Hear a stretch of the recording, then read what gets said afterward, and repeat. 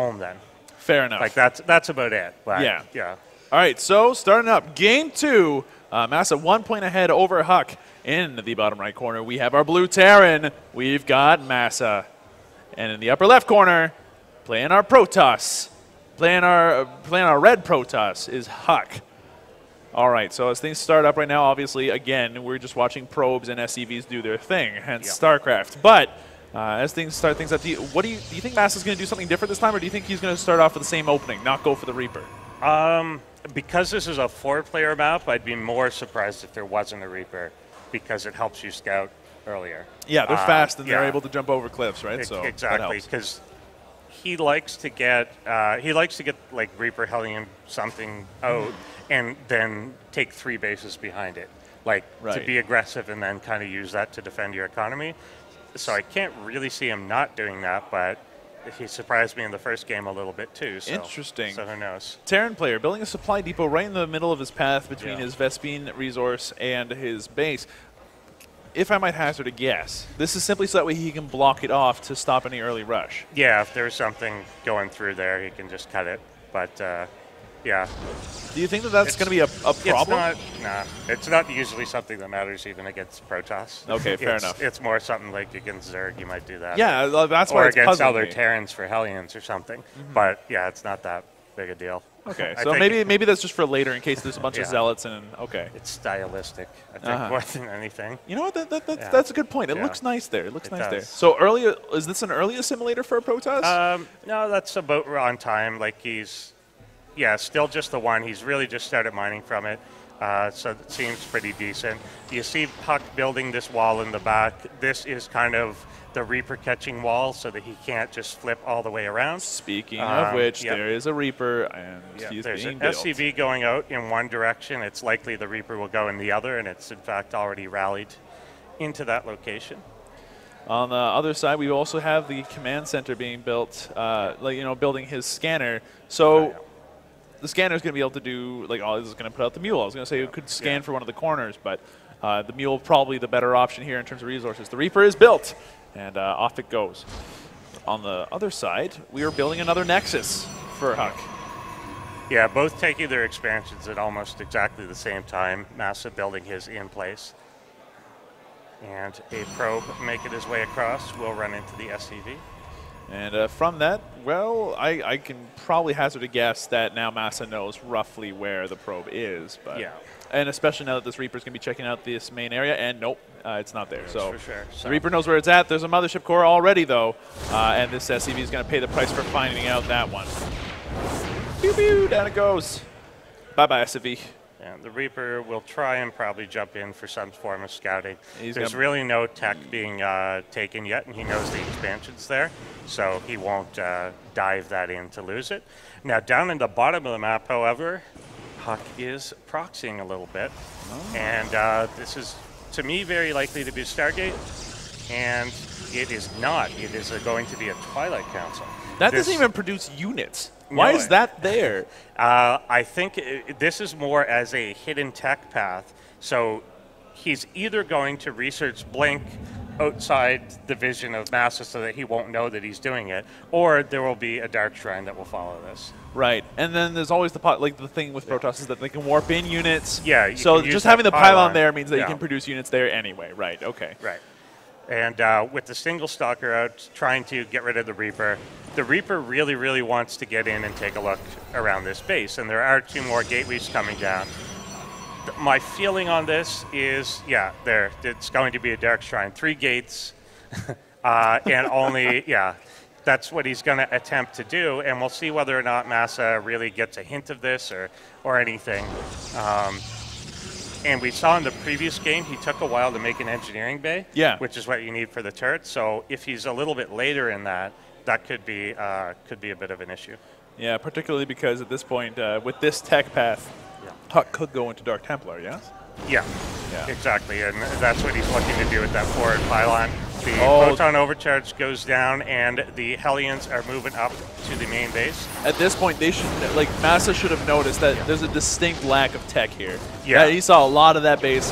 If he knows that there's no tech there, then he has to ask the question, where is it? What's he doing? And now at this point, is MaSa panicking?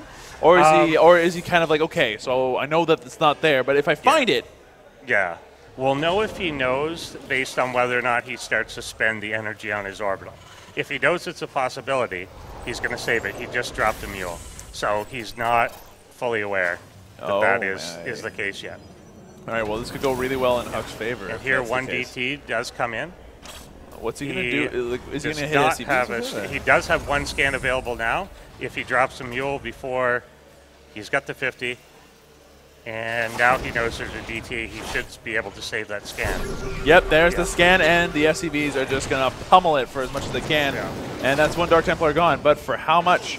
A mule and I think at least one SCV in there. Yeah. On the flip side, we got a medvac dropping a couple of Widow Mines. The Widow Mines moving around, trying not to get killed. One of them does go down though. And overall, that was an interesting kind of exchange there. In comes another DT. Yeah. And now there's not enough energy on it. Yeah, he's a few seconds, about 5 seconds away from getting another scan there. He's trying to just pull SCVs until that is available and then make sure he can actually catch the DT. As 4 or 5 Marines may not do it.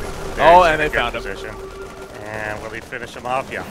So that was an interesting play out of Huck. He tried to, I believe he tried to like just juke them out, trying to take out what he could in the time. And now comes another DT. Is going to take out that missile turret before it's off, before it's able to really do anything. The supply depot now being attacked next. To really stunt the growth of the Terran army. And in comes another DT on the backside here. It needs to deal with... it's not going to be able to deal with that missile turret. It's going to get shot up immediately. Pump it full of daylight, the MaSa says, and it's going to go down.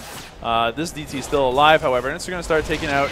start really dealing some damage to this the natural expansion here. Which is going to put MaSa really behind, I think, on resources. Because on the flip side, Huck, his second expansion is just sitting pretty. Yeah, it's... Yeah, exactly. Huck has 47 probes now to only 29 SCVs from MaSa, and he still hasn't regained control of his own natural.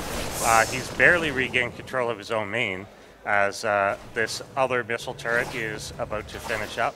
And he is supply capped for at least the next little bit anyway, and down it goes. He doesn't even get to finish it before the SCV is killed. Stalker's coming in. The bunker is still there. This guy way in the back of the natural being quite annoying.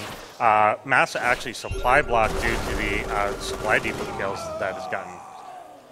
Yeah, and I think that was a really efficient use of Dark Templar. All things considered, they did a lot of damage tempo-wise, and are going to really put MaSa behind on his momentum.